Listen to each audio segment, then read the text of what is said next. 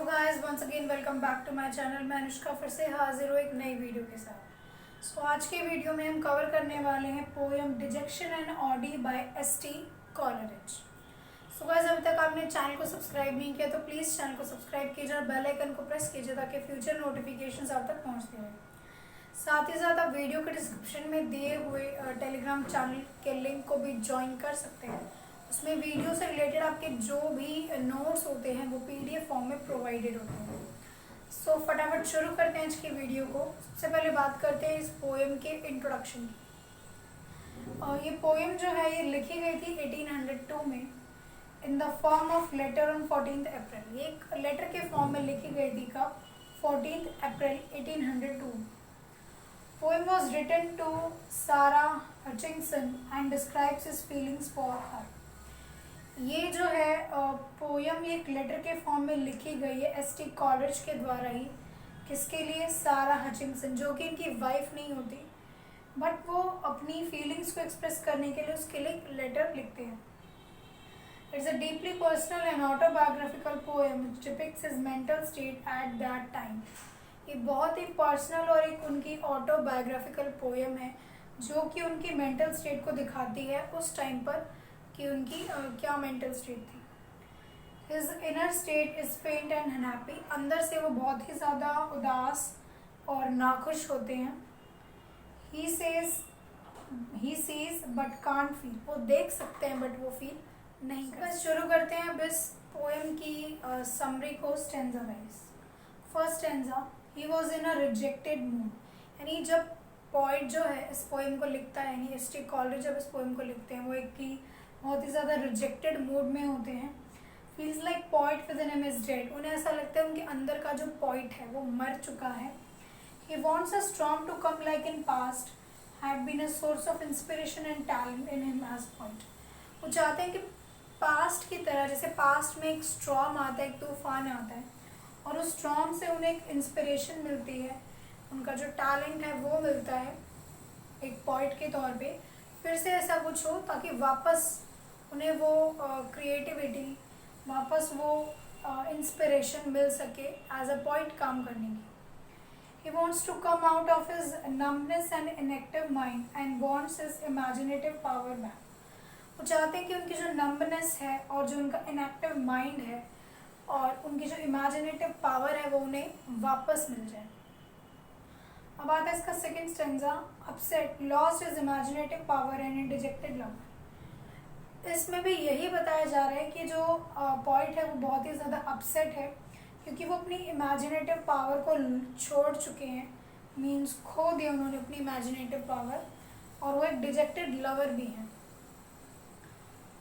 No object in nature can charm him and no joy in hurt.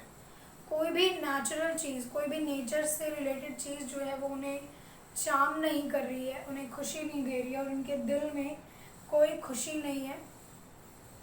Such sorrow that can't feel the pain. उन्हें इतना ज़्यादा upset है, वो इतने ज़्यादा दुखी हैं कि उन्हें दर्द भी महसूस नहीं हो रहा है।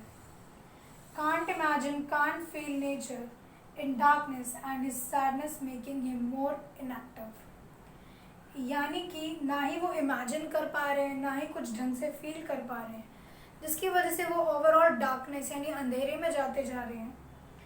और उनकी जो ये सैडनेस है, ये जो उनका दुख है, इन्हें और भी ज़्यादा इनएक्टिव बना रहा है। अब स्टार्ट करते हैं इस पोएम का third stanza, full of grief can't feel beauty of nature. यानी जो पोइट है वो पूरी तरह से अपसेट है, बहुत ही ज़्यादा ग्रीफ में है, जिसकी वजह से वो नेचर की ब्यूटी को भी फील नहीं कर पा रहे हैं। Joy with in him is dead, poetic spirit is dead. उसके अंदर की जो खुशी थी, जो हैप्पीनेस थी, वो डेड हो चुकी है और उसके अंदर की जो एक पोएटिक स्पिरिट थी, एक पोएटिक इंस्पिरेशन थी, वो भी मर चुकी है। Not able to overcome from pain. उसका दुख इतना ज़्यादा है कि वो उस पेन से ओवरकम, उससे उभर नहीं पा रहा है। Watching nature sky clouds but can't feel Joy. वो नेचर में बैठा है, नेचर को देख रहा है जैसे कि स्काई को, क्लाउड्स को, लेकिन कहीं भी वो जॉय फील नहीं कर रहा, यानी खुशी महसूस नहीं हो रही उसे। Says that nature reflect our inner beauty. और लास्ट में वो ये बोलता है कि जो नेचर है वो हमारी इनर ब्यूटी को रिफ्लेक्ट करता है। अब बात आती है फोर्थ स्टेंजा की। It starts with O lady, he says that what we give we receive from nature. इस स्टेंजा की शुरुआत होती है वर्ड ओ लेडी से, यानी ओ लेडी यानी जिसके लिए उसने ये लेटर लिखा है उसे यहाँ पर सिंबलाइज कर रहा है, रिप्रेजेंट कर रहा है। वो ये बोलता है कि जो हम नेचर को देते हैं वही बदले में हम उससे रिसीव करते हैं। नेचर्स लाइक मिरर, नेचर जो है वो एक शीशे की तरह होता है। अगर हम अंदर से खुश होते हैं तो हमें नेचर में भी खुशी फील होती है, लेकिन अगर हम अंदर से दुखी होते हैं तो नेचर में जाकर भी हमें दुखी फील होता है। Our imagination gives a sense of either joy और सैडनेस। जो हमारी इमेजिनेशन होती है वही हमें या तो जॉय दे सकती है या फिर दुख, हमें अपसेट भी कर सकती है, दुख भी दे सकती है। If we are sad then nature seems like coffin. अगर हम दुखी हैं तो नेचर भी हमें कॉफिन की तरह, एक कब्र की तरह दिखेगा। Nature could be full of life और dead, depends on poet's imagination. जो नेचर है वो फुल ऑफ लाइफ भी हो सकता है और वो डेड भी हो सकता है। ये डिपेंड करता है कि पोइट की उस वक्त इमेजिनेशन क्या है, किस तरीके से वो नेचर को देख रहा है। सो गाइस, अब शुरू करते हैं इस पोएम का fifth stanza. It starts with O pure of heart used and dedicated to Sara. इस स्टेंजा की शुरुआत होती है ओ प्योर ऑफ हर्ट, जो कि सारा के लिए यहाँ पर यूज़ किया गया है और उसे डेडिकेट किया गया है। He says only purest soul like Sarah can have and feel inner joy he had lost. वो ये बोलता है कि कुछ जो प्योर सोल्स होते हैं सारा की तरह, सिर्फ वही इनर जॉय को महसूस कर सकते हैं जो कि उसने खो दिया है। Only Joy and happiness can remove sadness. सिर्फ खुशी से ही वो अपनी सैडनेस को मिटा सकता है। In joy everything seems happy, it's absence make everything colourless. Further वो ये बोलता है कि जॉय यानी खुशी में ही इंसान जो है वो खुश फील करता है, उसे सब कुछ अच्छा फील होता है, सब कुछ कलरफुल फील होता है। लेकिन अगर जॉय एब्सेंट है यानी खुशी नहीं है वहाँ पर, तो सब कुछ वहाँ पर उसे कलरलेस महसूस होता है। सिक्स्थ स्टेंजा आता है इसका। He says that before he had a hope that his future will be bright. Further वो सिक्स स्टेंजा में ये बोलता है कि पहले उसे फिर भी एक होप होती है, एक उम्मीद होती है कि उसका जो फ्यूचर है वो ब्राइट होगा।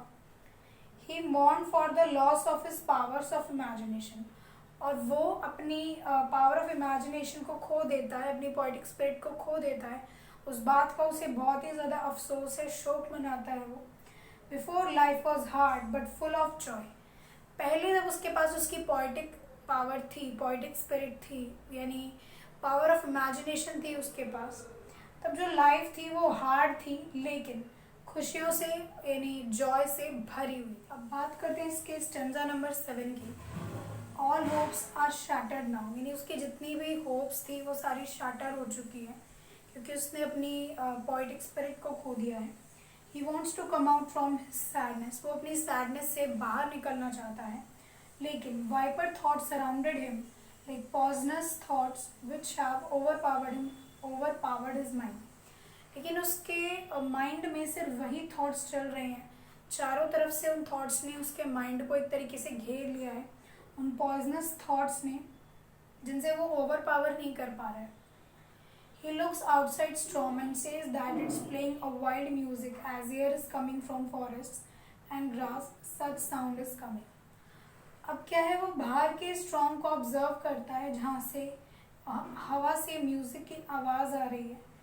हवा जो कि फॉरेस्ट और ग्रास से पास होके आ रही है, उसे साउंड ऐसी आ रही है जैसे कि वो कोई वाइल्ड म्यूज़िक बजा रही है।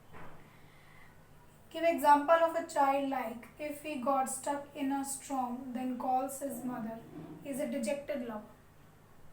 यानी वो एग्जाम्पल दे के ये समझाता है कि जिस तरीके से अगर कोई छोटा बच्चा किसी तूफान में स्ट्रक कर जाता है, किसी तूफान में फंस जाता है, तो वो अपनी मदर को आवाज़ देता है सबसे पहले, तो उसी तरीके से सेम कंडीशन में वो भी है, वो भी अभी एक डिजेक्टेड लवर है, यानी तूफान में फंसा हुआ है।